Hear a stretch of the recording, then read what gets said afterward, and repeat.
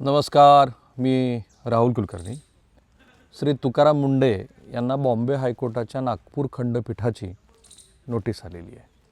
पण ती नोटीस का आली, त्यात नैसर्गिक न्यायाचं कुठलं तत्त्व न्यायालयाला दिसलं आहे, हे सगळं समजून घ्यायचं असेल तर अर्थातच हा व्हिडिओ शेवटपर्यंत पहा. हे फार महत्त्वाचं आहे आणि चॅनल सबस्क्राईब करा.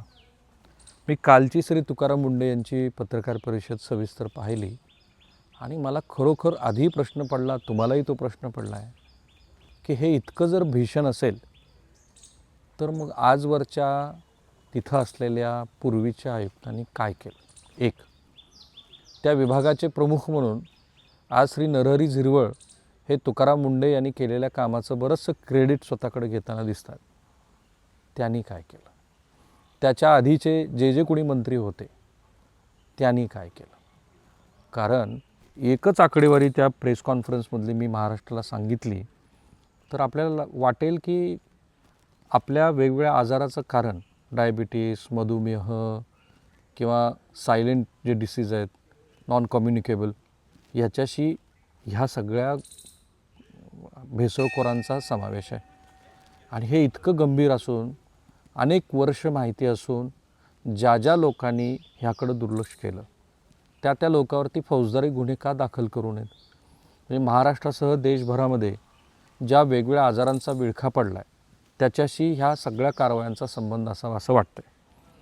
अन्न आणि औषध प्रशासन, फेडरेशन ऑफ कन्झ्युमर्स ऑर्गनायझेशन आणि अन्न सुरक्षा विश्लेषकांच्या अहवालानुसार महाराष्ट्रामध्ये दूध भेसळीचा बाजार वर्षाला 1.5 ते 2 हजार कोटीचा आहे. 1.5 ते 2 हजार कोटी. राज्यात दररोज सुमारे 2 कोटी लिटर दुधाचा पुरवठा होतो. सणासुदीत मागणी वाढताच बनावट दुधाचं रॅकेट सक्रिय होतं. हा जो इशारा त्यांनी राष्ट्रीय सर्वेक्षणातून दिला आहे त्यात पुढं असं म्हटलं आहे, जो रिपोर्ट आता माझ्या हातात आहे, 5 रुपयाचं जे कृत्रिम दूध आहे ते तब्बल 70 रुपयानं विकलं जातं.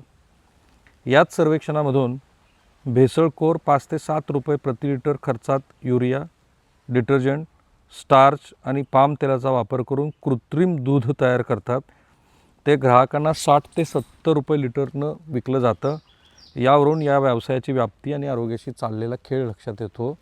देश पातळीवरती जे दुधाचे नमुने घेतले जातात, आकडा सांगतो मी तुम्हाला, त्यातले 100 पैकी 36 नमुने दूषित आढळतात. कॅन यू बिलीव्ह ऑन दिस? 100 पैकी 36 नमुने दूषित आढळतात. आता असं लक्षात आलेलं आहे की जे तुकाराम मुंडेंनी सांगितलं की दूध भेसळ केली तर 10 लाख रुपयाचा दंड, जन्मठेप, दुधाविषयीच्या खोट्या जाहिराती केल्या तर दंड लागेल, शाळेजवळचं एनर्जी ड्रिंक विकल्यास फौजदारी होईल. दरवर्षीचा हा जो 2000 कोटीचा व्यापार आहे, काळा बाजार, त्याच्या विरोधामध्ये श्री तुकाराम मुंडे यांनी एक चांगली मोहीम हाताशी घेतलेली आहे. माझ्या मते हा तर काळ्या बाजाराचा झाला व्यवहार. त्या काळ्या बाजारातल्या अतिशय खराब दुधामुळं जे आजार झाले त्यामुळं आरोग्य व्यवस्थेला खाजगी सरकारी जो काही तोटा बसला किंवा फायदा झाला तो किती हजार कोटीचा असेल. सो आता ह्याचं तर उलगडलं आहे की कृत्रिम दुधामुळं कॅन्सरचा धोका होतो. ते जे स्टिंग नावाचं एनर्जी ड्रिंक आहे ज्याची झिंग मुलांना चढते, कारण त्याच्यामध्ये बरं आजवर ह्या सगळ्या म्हणजे प्रशासकीय व्यवस्थेतल्या लोकांना वाटलं नाही की हे फार चुकीचं आहे म्हणून, ज्यांनी परवानगी दिली त्यांना. सो कृत्रिम दुधानं काय होतं तर हार्मोन्समधील असंतुलन होतं, कॅन्सरचा धोका वाढतो. कृत्रिम घटकांचा वापर केल्यामुळं दुधाला जास्त पांढरे करणे, घट्ट करणे आणि फेससाठी रासायनिक घटकांची भेसळ केली जाते. हॉर्मोन्स इंजेक्शन्स, गाई म्हशीकडून जास्त दुधासाठी ऑक्सिटोनसारखी हॉर्मोन्स इंजेक्शन्स दिली जातात. गंभीर आजारांचा धोका यामुळे होतं. अशा हॉर्मोन्सयुक्त दुधाचं सेवन केल्यामुळं मुलामध्ये हॉर्मोन्समधील असंतुलन निर्माण होतं, त्यामुळं कॅन्सरसारख्या आजाराचा धोका वाढू शकतो. एनर्जी ड्रिंक्स हे जे स्टिंग वगैरे, त्याच्यात प्रचंड प्रमाणामध्ये साखर आहे.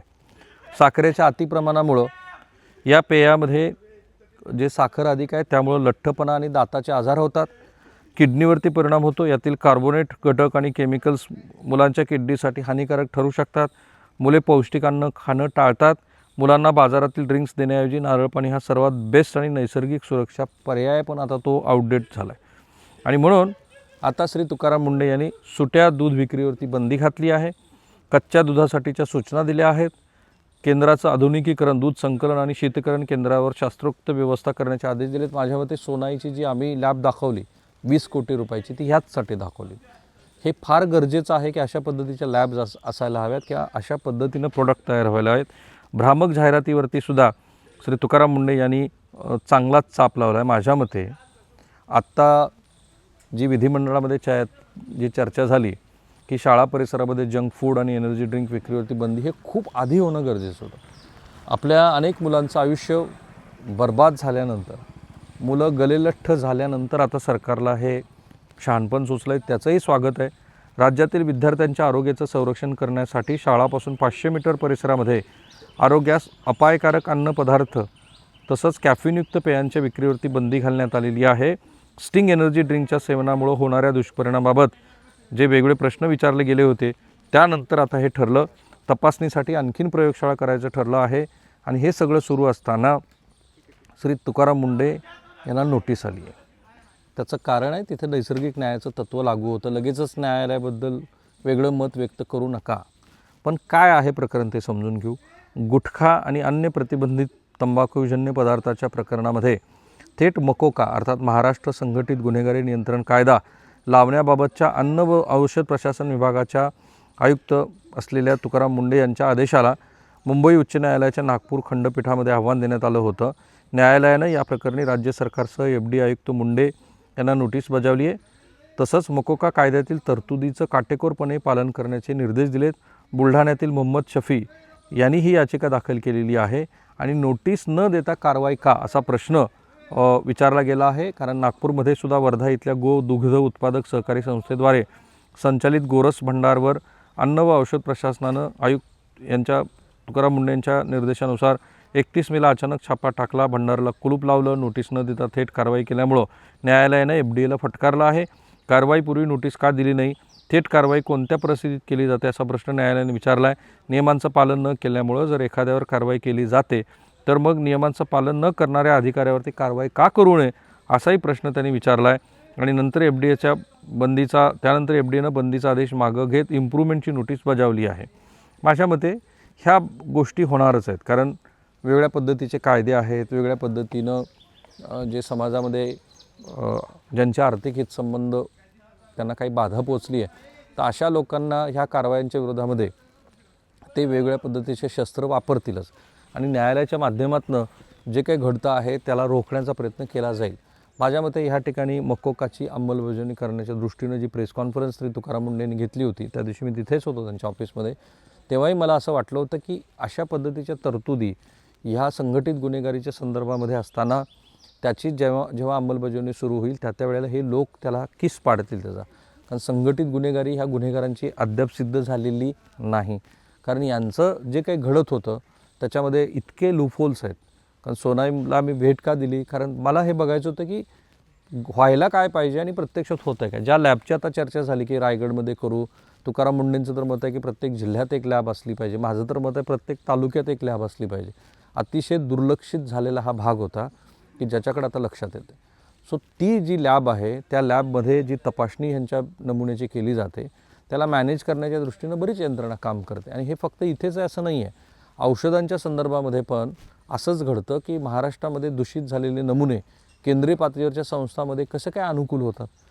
सो ही लढाई मोठी आहे, ती तुकाराम मुंडे यांच्याबरोबर माध्यमांनाही लढावी लागेल आणि त्याचबरोबर समाजातल्या प्रत्येक घटकाला लढावी लागेल. जे लोक समाजासाठी काम करतात त्यांच्याबरोबर उभा राहणं, काही वेळेला त्यांचे विचार तुम्हाला आवडणार पण नाहीत, हे आपलं काम आहे. तुकाराम मुंडे यांचा आक्रमक स्वभाव, बऱ्याच वेळेला जशा पद्धतीने त्यांनी मकोकाच्या कारवाया केल्या त्यावेळेला नैसर्गिक न्यायाच्या तत्त्वाचं काही प्रमाणामध्ये उल्लंघन झालं असंही होऊ शकतं.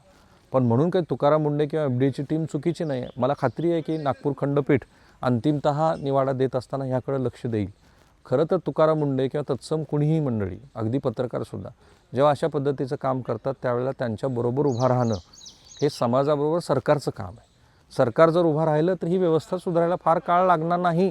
पण माझा व्यापक प्रश्न असा आहे की आत्ता जर हा 2000 कोटी रुपयाचा इतका मोठा बाजार असेल तर हाच तो बाजार आहे का की ज्या बाजारामुळं महाराष्ट्रासह देशभरामध्ये वेगवेगळे non communicable disease, heart attack येणं, डायबिटीस, मधुमेह होणं, हृदयविकार होणं, ब्लड प्रेशर वाढणं ही कारणं आहेत. कारण आपल्या कुठल्याही कुटुंबातल्या सदस्यांना विचारा की ज्यांचं वय वर्ष 70, 80, 75, ते काय म्हणतील की आमच्या काळामध्ये जे खायचो ते सकस होतं.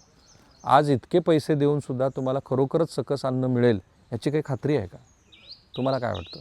या व्हिडिओच्या कमेंट बॉक्समध्ये जरूर टाका. चॅनल सबस्क्राईब करायला विसरू नका. थँक्यू.